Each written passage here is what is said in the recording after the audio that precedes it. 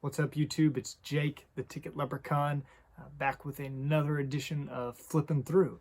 And I'm going to show you guys which set I'm going to be flipping through and talking about today. But first, I want to share a Bible verse. But the Bible verse is related to something else. As a lot of you guys know, if you watch my channel, this past year I purchased something called the Drew from one of my friends. And I was only able to do that because my wife is awesome and she let me do that. So I'm sharing one of her favorite Bible verses today. So the verse is, "For I know the plans I have for you, declares the Lord, plans to prosper you and not to harm you, plans to give you a hope and a future." Jeremiah 29:11. So what that means is, God has a plan. He has a plan for his people, and he's going to, take care of those people. He has hope and a future for you. So thank you, Amy, for being awesome, if you happen to watch my video. Also, you guys can see over my shoulder here a box and some envelopes down there that are going out for some trades with some fellow YouTubers. So there'll be more on that later. But for today's episode, another episode of Flipping Through, we're going to do 1966 Topps, as I had gotten in this Jim Catfish Hunter from OBC. And sticking to that randomness to select which set I do next, let's get into 66 Topps. All right, some quick facts about my 1966 Topps set. So far, I have 228 of the 598 cards. That's good for 38.1%. So I haven't made a whole lot of progress, but a decent amount of the cards from this set. I do have 13 of the Hall of Famers, as I will kind of point out along the way. So let's flip through 1966 Topps. We've got Willie Mays in the top left corner there. Hopefully it's not too much glare for you guys and you can see the cards as we flip through here. We've got a Hall of Famer in Phil Niekro. Non-Hall of Famer, but Pete Rose card. And then I believe this is our spot for Jim Catfish Hunter, a new card. Slide him in right there.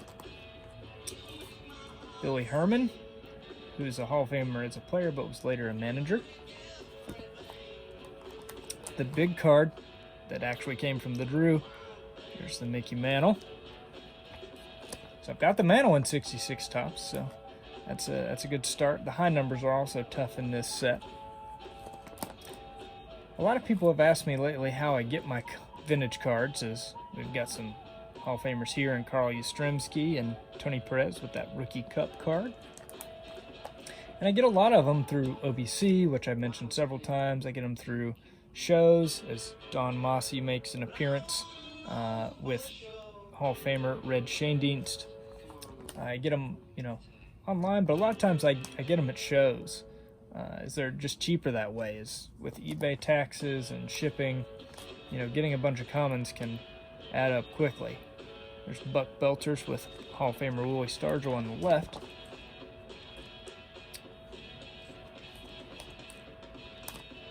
There's another Hall of Famer, Ernie Banks, someone who I have close to his player run. Walt Alston, Hall of Fame manager. Oh, don't want to skip over Harmon Killebrew, one of my favorite Hall of Famers. Joe Torre is a player who would later become a Hall of Fame manager, but was a pretty awesome player in his own right. Not Hall of Fame level, obviously. This is a pretty simple design, just with the team stripe in the top left corner. And then, name and position along the bottom, but it's a nice set. It's not one of my favorites, but it's not one of my least favorites either. Let's flip through here some more. Vada Pinson, not a Hall of Famer, but very popular player, big power hitter back in the day. Bob Bull, who is a 57 World Series Brave member. Soft spot in my heart for Bob Bull. Joe Morgan, Hall of Famer, Rookie Cup. And now we're going to see some holes where I'm missing some cards. That's a Leaders card with Clemente, Aaron, and Mays. And a Mazeroski Hall of Famer. Something was cool about these old sets that had the leaders cards. A lot of times they depicted multiple Hall of Famers like teammates Koufax and Drysdale there.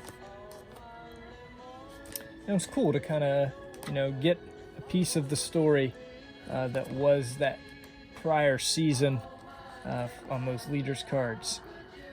There's a Hall of Fame rookie card in Fergie Jenkins, 3,000 strikeout member.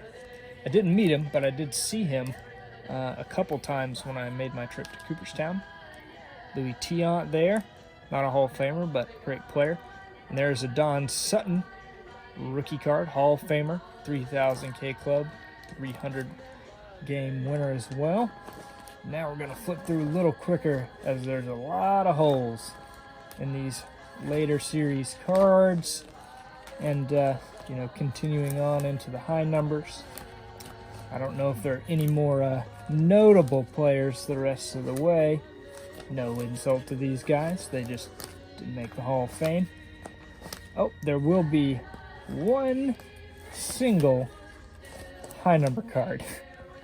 So we'll end on that one with a couple Braves rookies. That's been flipping through 1966 Topps. I hope you guys enjoyed following along. Until next time, God bless.